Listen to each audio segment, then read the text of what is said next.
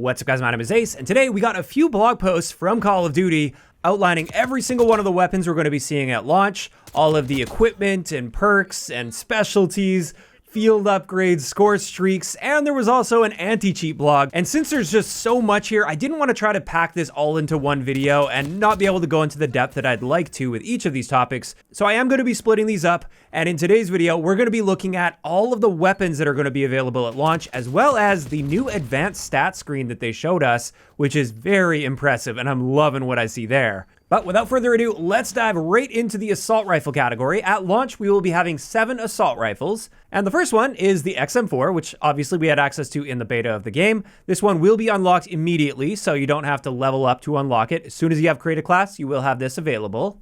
Next, for assault rifles, at level 10, you will unlock the AK-74, which again, we had access to in the beta. Then at level 19, you get the Ames 85, also one of the guns we had available in the beta. After that, at level 28, we get the GPR 91, which is based on the L85, I believe. And with this one, they say it lacks in raw power, but it makes up for with best-in-class handling and a decent fire rate. After that one, we have the Model L, based on the Semi Model L, and this one is unlocked at level 40. And with this, they mentioned it's a slow-firing full-auto assault rifle with controllable recoil and respectable damage. After that one, at level 46, we have the Goblin Mark II, based on the RMC2, and with this one, they just mentioned it excels at short to mid ranges, where operators can take advantage of the handling and impressive fire rate. So this one really excites me. I love semi-autos that have a high fire rate potential, and I'm really hoping I'm going to enjoy this one. I think I will. And then finally, for the assault rifles, this just leaves us with the AS Val, which is unlocked at level 55. And with this, of course, it will have an integrated suppressor on it, and they also mention in the blog that you won't have access to muzzle attachments on this because it has that integrated suppressor. So that's the assault rifles. Now let's get into the SMGs, and at launch, we will have 6 SMGs. The first one, which is unlocked immediately, is the C9 or MP5, and that was obviously one of the beta guns. Next, at level 7, we unlock the KSV, which is based on the SR3 Vickr, and with this one, it's full auto, fast to aim, with manageable recoil and good damage. After that, we have the Tonto 22, which we did have access to in the second weekend of the beta. It was my favorite SMG throughout the beta, and that one will be unlocked at level 16 at launch. Then we've got the PP919, which we have seen teased in some Zombies gameplay in the past. This one will be unlocked at level 37, and with this, it's got a default magazine capacity of 64 rounds, and they said that does come at the cost of mobility and fire rate. After that one, the big meta gun for at least week 1 of the beta, the Jackal PDW, will be unlocked at level 43 at launch. And then finally, we have the Compact 92, based on the FAME SAF, and this one apparently has the fastest fire rate in class, and it excels in close-range encounters.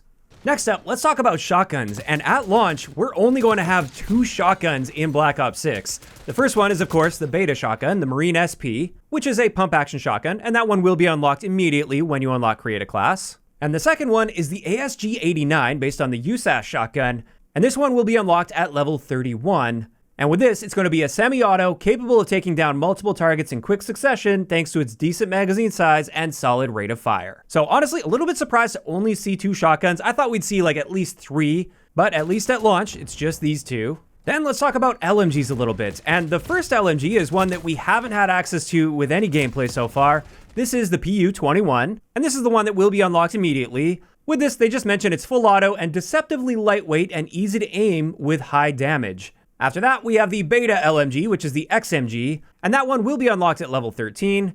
And then finally, for LMGs at launch, we have the GPMG-7, and this one will be unlocked at level 52. And they mention it has the unparalleled ability to quickly neutralize threats thanks to blistering fire rates and suitable long-range damage. Now, let's move on to the 4 marksman rifles that will be available at launch, and the first one is one of the beta ones, the SWAT 556, which will be unlocked immediately.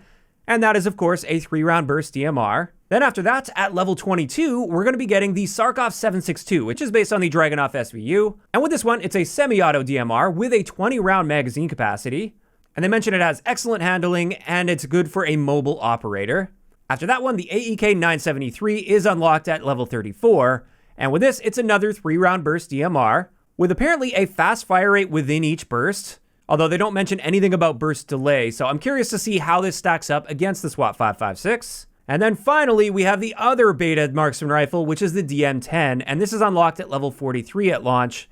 And they do mention this one has best-in-class stability and power. As for the next weapon class, we've got sniper rifles, and the first one that will be available at launch is the LW3A1 Frostline. You guys might recognize this as the Tundra from Cold War, and this is a bolt-action sniper with a decent rate of fire and handling speeds, but substantial recoil. They also mention it will be a one-shot kill to the head, upper chest, and upper arms, and this will be the one that you unlock immediately when you get Create a Class. After that, we have the SVD, which was available in the beta, and this is a semi-auto sniper rifle that's capable of a one-shot kill to the head. So in many ways, it's actually going to perform more like a marksman rifle, and that one you unlock at level 25. And then finally at launch, we have the LR762, which we also had available in the beta. And with this, it's unlocked at level 49, and it's a bolt-action sniper rifle with a one-shot kill to the head, chest, and arms.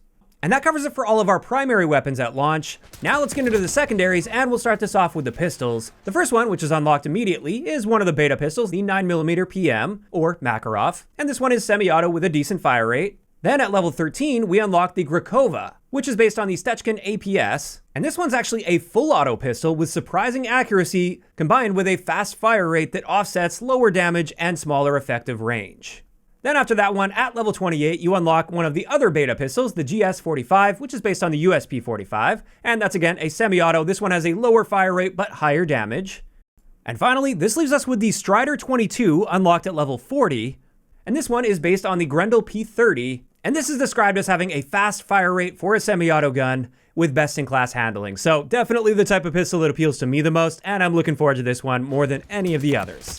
As for the launchers in the game, we have the Sigma 2B, which we had access to in the beta. This one will be unlocked immediately, and this is our lock-on launcher. Whereas the only other launcher we get access to at launch, at least, is going to be the HE1, and this is a free-fire rocket launcher that will be unlocked at level 19. And this just leaves us with melee weapons, and we're only going to be seeing 2 at launch. I'm sure we're going to see tons and tons added down the road, but the first one is just the knife, and the second one is the baseball bat unlocked at level 52, and this one is going to be a 2-hit kill, but you're going to have the ability to have faster swings. And there we go. That's going to wrap it up for all of the weapons that we can expect to see at launch for Black Ops 6. Of course, we will be seeing more down the road as post-launch content gets added. And I just wanted to take a look at this and compare it to older Call of Duty games to see how it stacks up. And as you can see here, it's definitely not a mind-blowing amount of weapons at launch. There have been games with less, but there have been a lot of games with more, and the average overall tends to be 35 here, excluding melee weapons, of course. So we're actually a little bit below average with Black Ops 6 at 31, but I'd still say that's within the realm of being respectable enough. It's not like a crazy low amount of weapons, but it's also not super impressive. And with that, just a couple other things to mention from this specific blog. The first thing is they just did another recap of the firing range, which we've already covered, but I thought I'd include it in this video since it does pertain to the weapons. And you guys may have missed that video where I talked about this. And with this, they are going to have the ability to drop down a recoil wall at about 7 meters.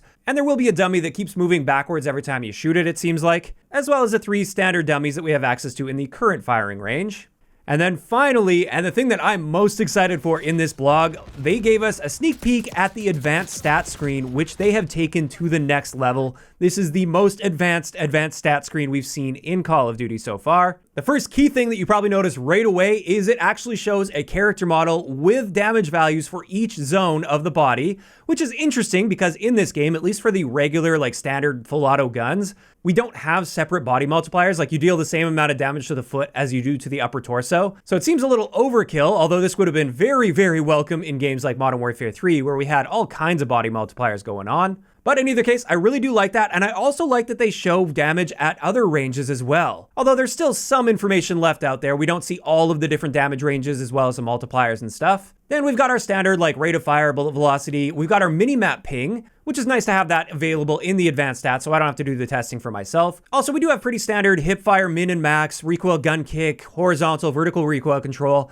They did add our ADS idle sway delay, so after you aim down sight, how long does it take before idle sway starts happening? And in the case of the XM4 here, it's 1350 milliseconds. For mobility, just the standard values here: base movement speed, crouch movement speed, sprint speed, aim walking movement speed.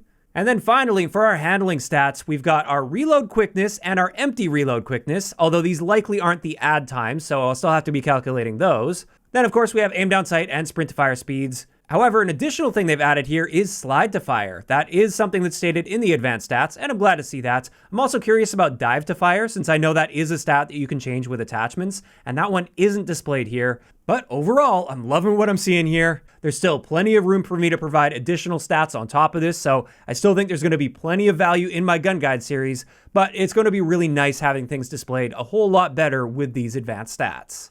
And with that, that is going to wrap it up for today's video, covering all of the weapons as well as this new advanced stats screen in Black Ops 6. And this is where I'm curious to hear from you guys in those comments down below. How are you feeling about all this? Like, first off, how are you feeling about the weapon quantity we have at launch with the various classes? And second, how are you guys feeling about this new advanced stats screen? Are you guys really liking what you see here? Or do you still feel like some stuff is just missing? If you enjoyed the video, a like rating is always appreciated. And don't forget to subscribe for more if you haven't already.